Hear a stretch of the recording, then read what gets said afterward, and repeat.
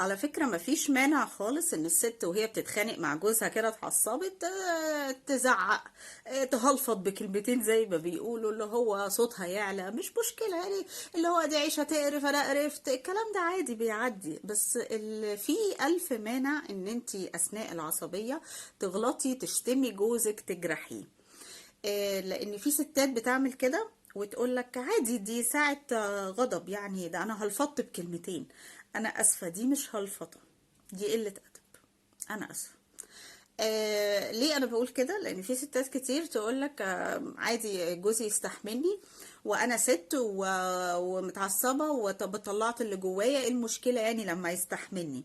لو انت هتدي لنفسك الحق ان انت تغلطي فيه وتشتميه، زي مره واحده بتقول لجوزها انت مش راجل، يلي امك مش محترمه، يلي ابوك مش عارف ايه، كان يوم اسود يوم ما اتجوزت كلب زيك. تخيلوا هي قالت كل ده لجوزها، وبعد كده جايه تقول لك ايه المشكله يعني يستحملني، يعني عادي ساعة غضب يعني.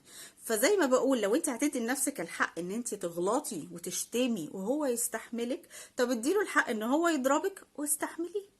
ليه انا بقول كده؟ لان الراجل لما بيتعصب بيضرب، يعني لما بيحب يجرح حد بيجرح بايده، الست بتجرح بلسانها. الست كقوة جسدية مش هتمسك جوزها تضربه، مش هتقدر، لكن تقدر تشتم، تجرح، تتريق، تسخر. الراجل بقى يضرب على طول. فلو انت بتدي نفسك الحق ان يلا بقى انا هشتمك واستحملني، طب ما يلا بقى انا هضربك واستحمليني. فهو مش مبدأ يا جماعة، لا ينفع ان هو يمد ايده عليكي، ولا ينفع ان انت تمدي لسانك وتشتمي. فبلاش مبدأ انا اتعصبت هو يستحملني. الراجل بيقدر يستحمل ويمسك غضبه، لكن الست لا. ليه الست لا؟ ليه؟ وانت مش عاقله؟ مش بعقلك؟ مش مكلفه؟ ولا انت لسه صغيره ما بتقدريش؟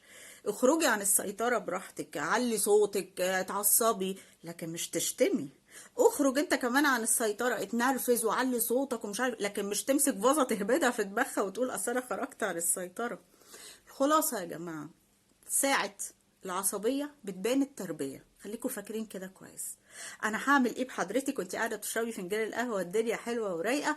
طبيعي هتقولي احلى كلام لانك رايقه وعامله دماغ بقى وقهوه لكن ساعه العصبيه، ساعه ما تفقدي اعصابك، كل حاجه بتبان. اخلاقك، تربيتك، اصلك، كل حاجه بتبان.